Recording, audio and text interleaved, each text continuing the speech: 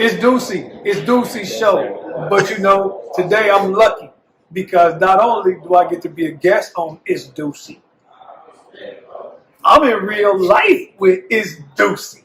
Yes, sir. In the flesh. In the flesh. So this is what's up. What's all the It's Deucie fans? Hey, thank y'all for supporting my guy.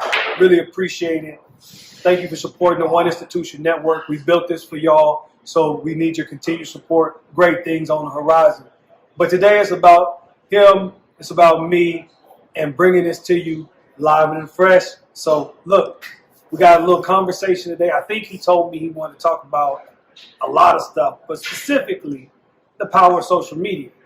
And I think what's interesting with this Deucie Day, is that we got an age gap. I know it's hard to tell. You know, he's mature, and I'm a little, well, we'll leave it there. But social media has done interesting things for both of us. For an example, me and Deucie wouldn't even be here right now if it wasn't for the power of social media, right? Right. Like, how did we meet? How do you get connected? My dad had asked me to do an interview while I was going through my changes and spirituality and stuff like that. So I agreed to it. As you know, it's a video out there on the One Institution Network. We talked about life and perspective on certain things, and that caught the attention of Keenan, and we got in touch. We talked about it a little bit, and I ended up getting my own show, as y'all know, the It's Deucie show, and that's really that's why we had the topic of the influence of social media, because that's how we connected. Now, what's interesting about that is he leaving out a real key component, is that his daddy, Derek Day, you also probably know him on Forward, but a cool cat, great advocate, and ambassador for all things moving humanity forward in a positive light. Hit me up on social media one day randomly on a post, and I hit him back immediately, and it was weird because it wasn't, I don't want to use the word romance and stuff like that, but it was two individuals that try to do the right thing the right way for the right reasons. And immediately we locked horns, start building this network. Derek is extremely skilled in all things media, multimedia, just with technology, and the platform on the back end of it really needed him, and he obliged. And so we took it from there, and I got a chance to take a nice little getaway, and it just happened to be in his neck of the woods, and it wouldn't have been, the trip would have been absolutely incomplete had this part right here happened. So I got to give it up to his pops, number one, for just engaging and creating a relationship with me personally and professionally, and then obviously allowing us to have the ability to watch Deucie grow into an influencer that not only touches his age demographic, but gives inspiration and guidance and direction to all of us. So that's why I'm like, the power of social media is, I know we talk about a lot of stuff that is negative, and it's some ratchet stuff. Yeah. Like, have you seen anything ratchet lately on social media? Yeah, a lot of the news, a lot of the gimmicks, a lot of the trends, it's a lot. It's a lot of too many distractions, I believe. Why do you think it's hard to filter? Let's talk about, I always like listening to your perspective because, hey, I got babies. And so even though they're all 15, you're 10, 11 years older than my daughter, and obviously about, 14 years older than my son, I still like to see what they may be going, what's on the horizon for them and me as a parent. And so your perspective is always interesting. Why do you think it's easier for people to use social media for negativity instead of using it for positive, for good? Well, we see what's going around us as of today. A lot of war, a lot of politics, a lot of stuff, a lot of negativity out there. So us being in this world, in this environment, we're sponges to our environment. We become creations of what's around us. So it's easy to absorb negativity if that's all you see, and it's easy to absorb positivity if that's all you see. Like there's different type of ways a kid can grow up in this world. It's a scary world out there, and what they advertise, especially in America, is mostly like pain, trauma, stuff that people can relate to.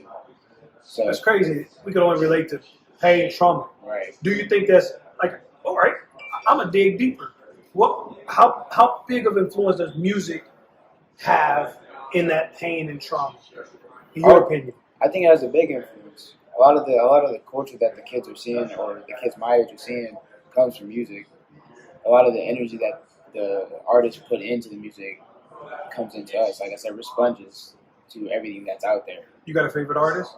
I do. Who? Kendrick Lamar. Okay. All right. My favorite Do you artist. have like a Ratchet favorite artist? Ratchet's, I guess I'm dating myself. Do you have a favorite artist that's kind of like on the edge, maybe a parent or Like, a responsible human being might be like, you really listen to that dude? yeah, Lucky Day. Lucky Day? Yeah, he's a singer. He kind of gets on the edge a little bit. You know what I found myself listening to last week? Y'all don't hold me content for this. It's crazy because I'm like, okay, this is what happened.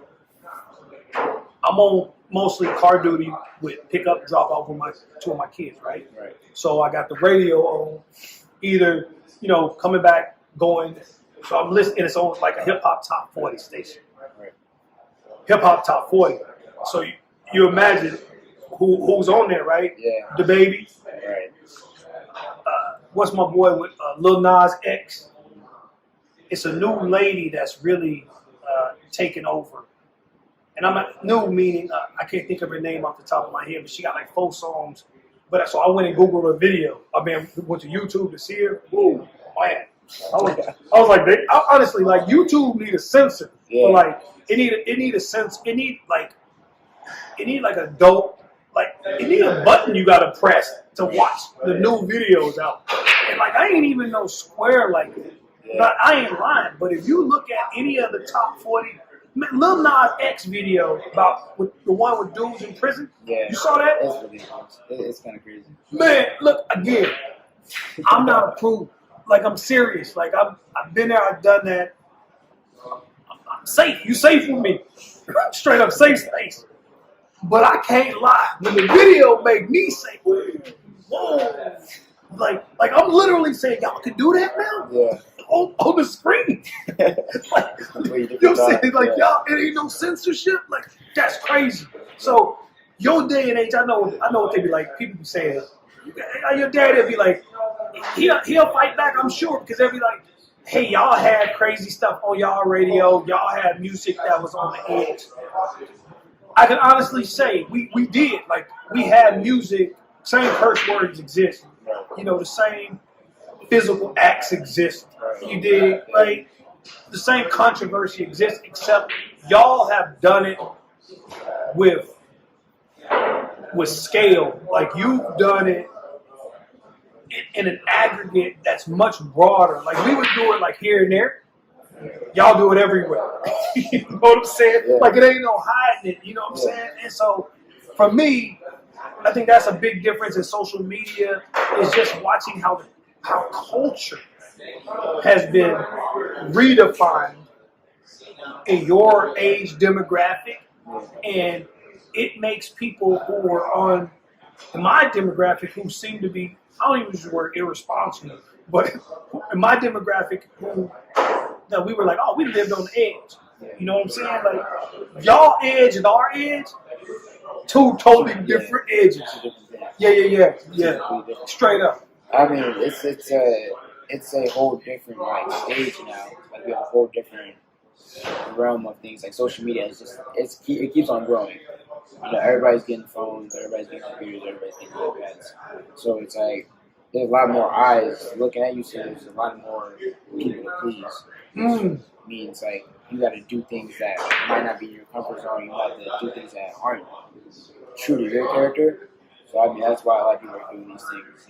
It gets eyes, it gets views, it gets money. It gets views. Yeah. Because I get the same lady with a TikTok commercial appearing in my Facebook feed. Right. I don't know the lady. Exactly. I ain't never been on TikTok. Never. Yeah. But it's the same. It ain't the same video.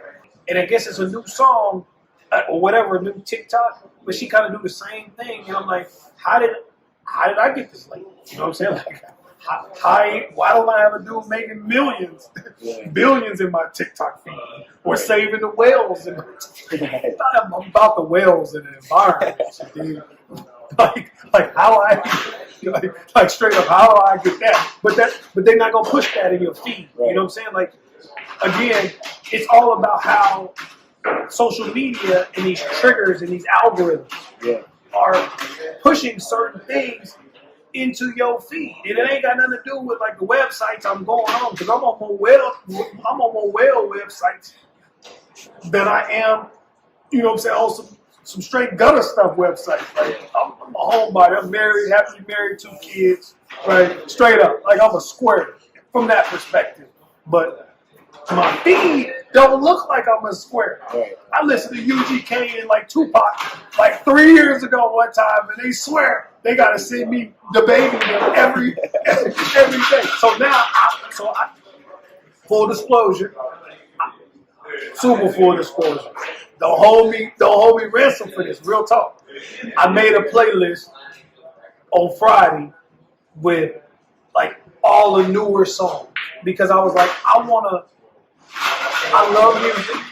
And I want to have a closer relationship with modern music because I don't have a relationship with it.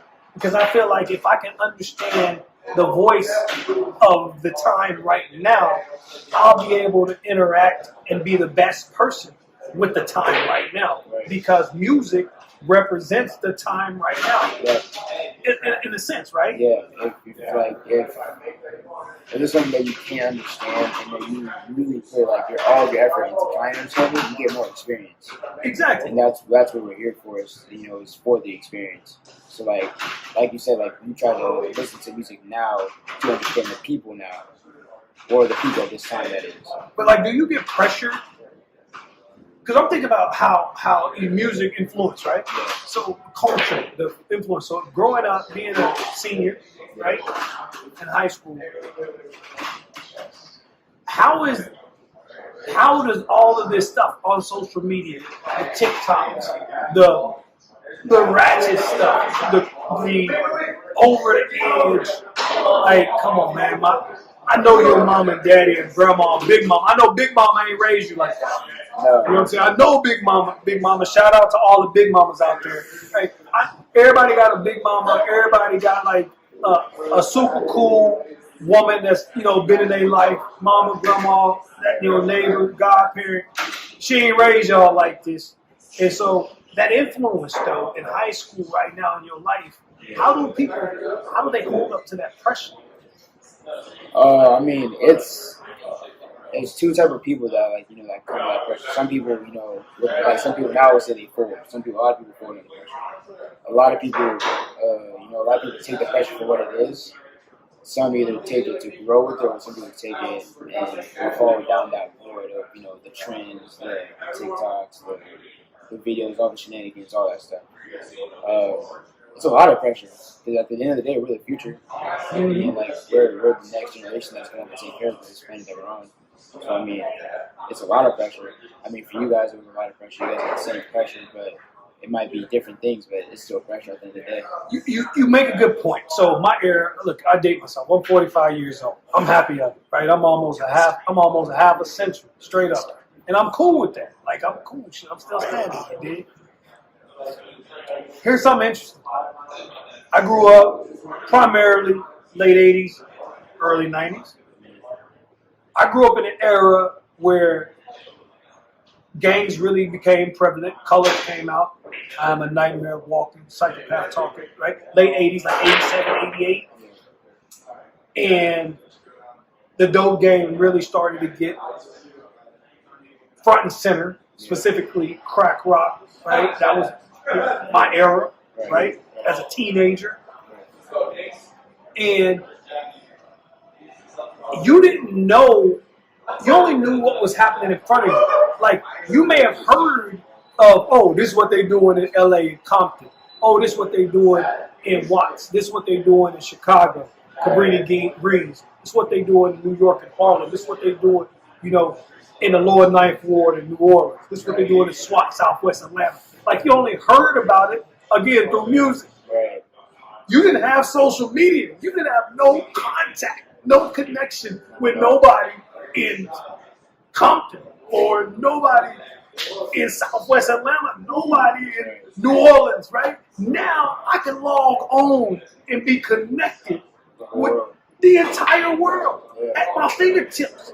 And that's, to me, that's what separates your generation and my generation is access, connectivity.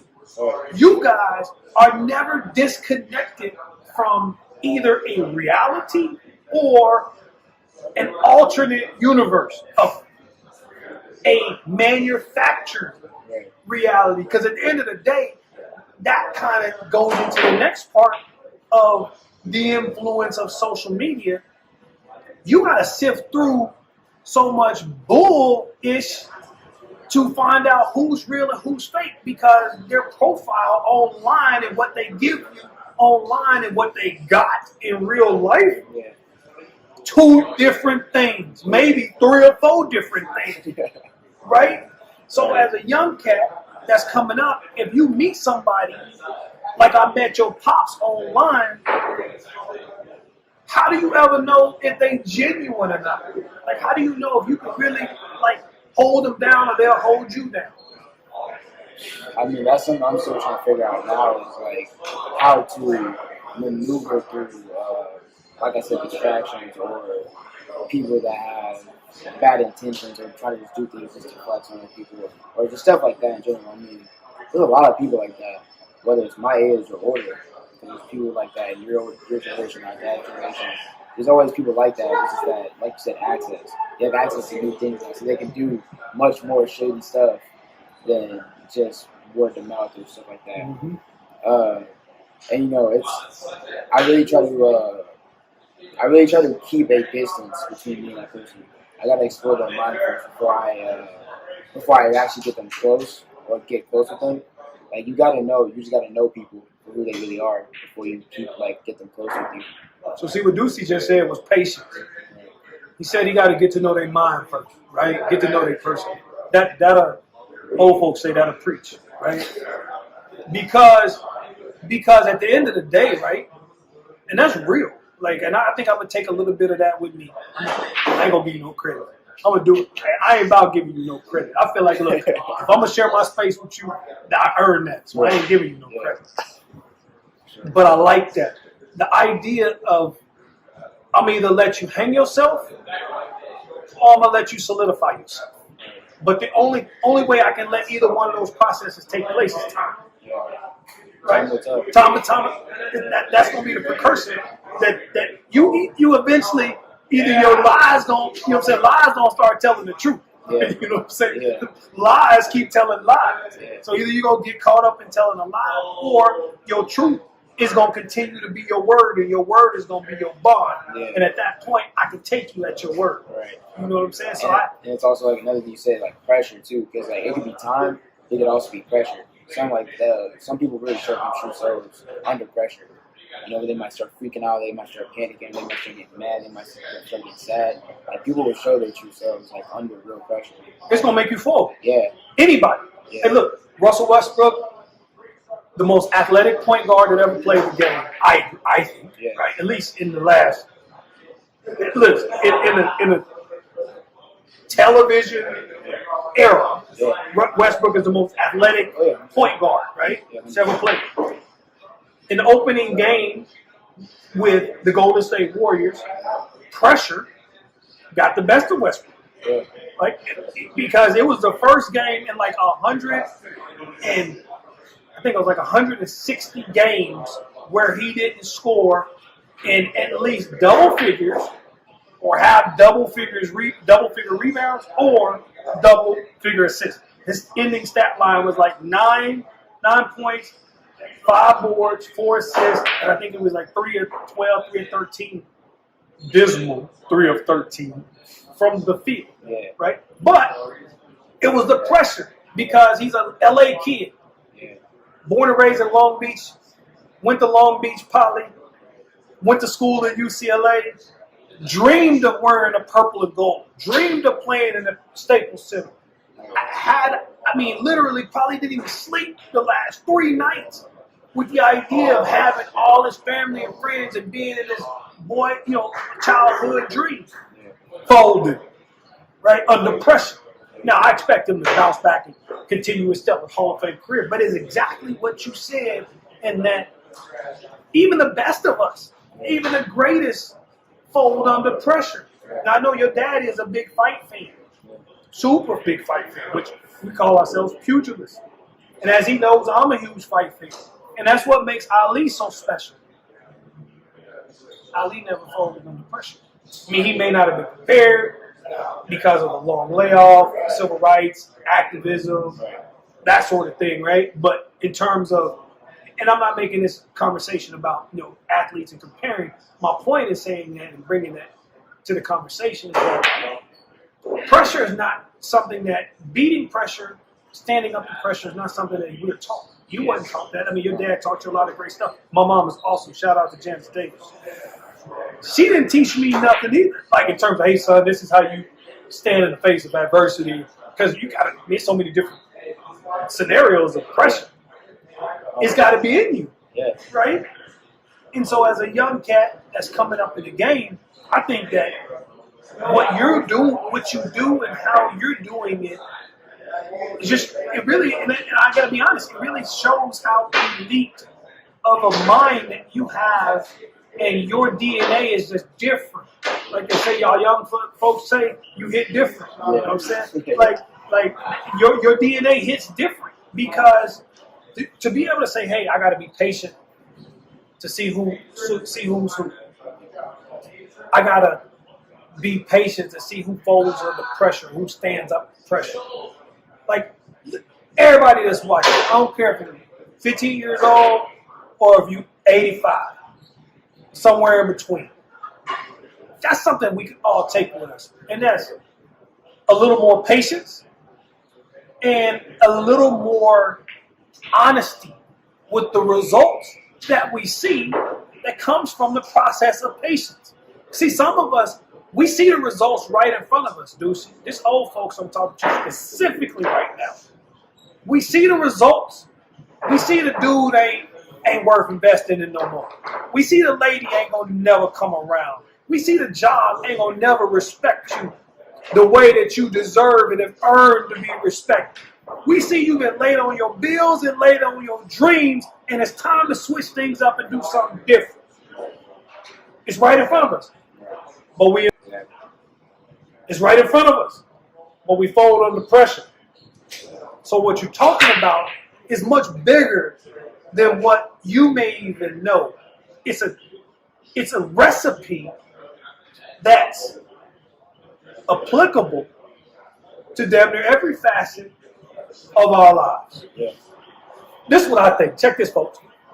Me and Deucie got a good thing going. What you think? Good thing going. I think we need to do a part 2. What you think? 100%. Like, because he got more to say. Like, he ain't even close. This is he ain't even got started. He ain't even got cooking. So what we're gonna do is we're gonna see how regularly we can do it. Because I think the thing about it is you got a young cat, you got an old head, and it's a good combination. Yeah. Because you keep me young, and you keep me young. So if y'all don't mind, we're going to come back with another series or 2. And we're going to elaborate on what we talked about today. But because Deucie is full of so much energy, so much life, and so much wisdom, like your parents, shout out to Angela, his mom, right? Shout out mom, right? I believe in giving shout outs because honestly, well, first off, we've almost eclipsed 100,000 total viewers on our collaborative efforts. So that's really cool. So I know it's just not 1 or 10 or 20 people we talk to. I know that access to the tens of thousands is amazing. And because of that, I think it's important, even more important, to give shout outs to the people who brought us here, the people who have put us in this position to be the men that we are right now. So, hey, man, I thank you for having me. I just took over your show. You know what I'm saying? I did. I know I did. Because this is the first time I got a chance to meet somebody in real life at this stage of my life from social media that I rock with, that I know they mom and they dad, and I mess with them. Like I make life success with them. And so for me, it's a humbling experience. You can hear the energy that's coming. Like it ain't no script. We ain't got no script. This ain't no teleprompter. We ain't got no teleprompter. It's me and Deucie and the camera in a hotel lobby. Straight up. Right? Yeah. And the energy is because life can be what you make it. It can be really cool, but you got to be patient. Exactly. Right? You got to filter through the BS. Right? And when you find somebody that's real, you got to mess with them. You gotta cherish it. You got to cherish it. So until next time, it's your show. You close it out, homie. Thank you for watching. Make sure you check out all of the podcasts on the Institution Network. Make sure you give me 5 stars, like, and subscribe. Come back for more. You got more parts coming to this. Love y'all. Peace.